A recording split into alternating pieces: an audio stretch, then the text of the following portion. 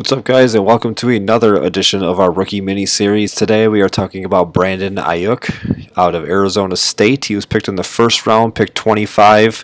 It's actually back-to-back years where first round wide receiver came out of Arizona State, N'Keal Harry the year before to New England. You can see his combine stats over on the side here. He ran a 4.5 40, 11 reps on the bench. He only played 2 years in college for Arizona State.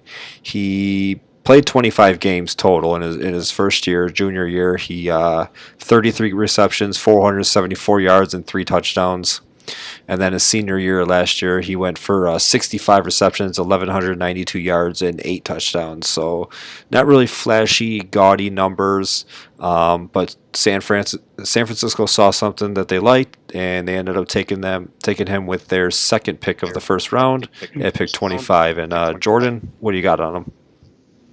Yeah, so I really like this landing spot for him. I know a lot of people were looking for the 49ers to go with a different receiver in the first round and possibly a little earlier. But Brandon Aiyuk last season for Arizona State was top 5 in the nation in yards after catch, which is kind of an interesting statistic, being that the 49ers offense is a run-first offense. I don't really think they're looking to sling the ball down the field. And I looked up quick right before we started this, but Jimmy Garoppolo had the third fewest intended air yards of any quarterback in the NFL, only ahead of Derek Carr and Teddy Bridgewater. So Brandon Aiyuk being a yak monster, I think he's going to run a lot of screens for San Francisco. They don't really stretch the field. I'm interested to see if they use him in that capacity, but overall, I think his upside is just kind of capped by the offense that he's in. I don't think the 49ers are going to be changing their scheme for Brandon Aiyuk. I mean, they're still going to flow through the run game, ground and pound type, but I think that he has a lot of potential catching passes on screens and getting big yards after the catch in that offense. So in terms of fantasy production, I expect him to kind of be limited, and I thought it was interesting they didn't go after a big bodied guy. I thought Debo kind of had that underneath skill set. So I'm kind of interested to see if they use Aiyuk to stretch the field.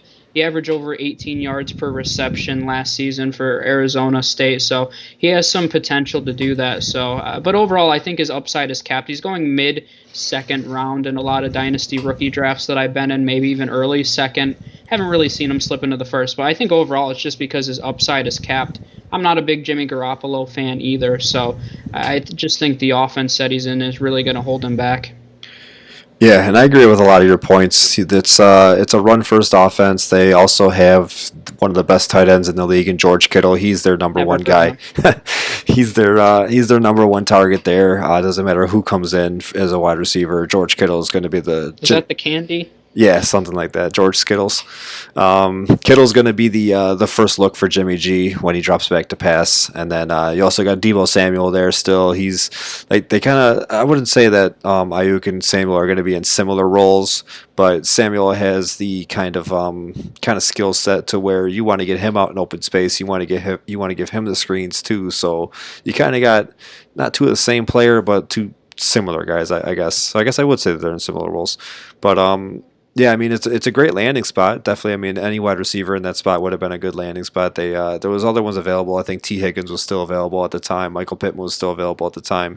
Could have went with the bigger body and had Debo kind of be their fast guy, their screen guy, but they decided to go with Ayuk.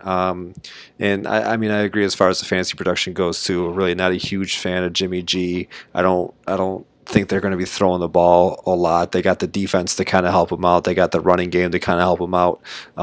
Jimmy G, he's more of he's not a 45, 50 time a game passer. He's going to throw it when they need to. They do have a pretty I mean those games against Seattle, those games against Arizona, those might be shootouts, or they could be defensive boring battles. I mean, and not boring, but like low scoring So games. boring. The Rams, they could just do whatever. They could just That doesn't even count as a game. yeah, that's like a preseason game every time they play them. But yeah, I mean, where he's going in rookie drafts, it is a crapshoot. It's a really deep wide receiver class, but if you could grab him. He's not. I think he's going to be solid. He's going to be valuable, but he's not. he's not going to be like that wide receiver one that you would want out of San Francisco. He's might play him as a flex play, might play him as a bye week fill in down the line. I mean, he could have a long career, but I don't think it's going to be anything crazy.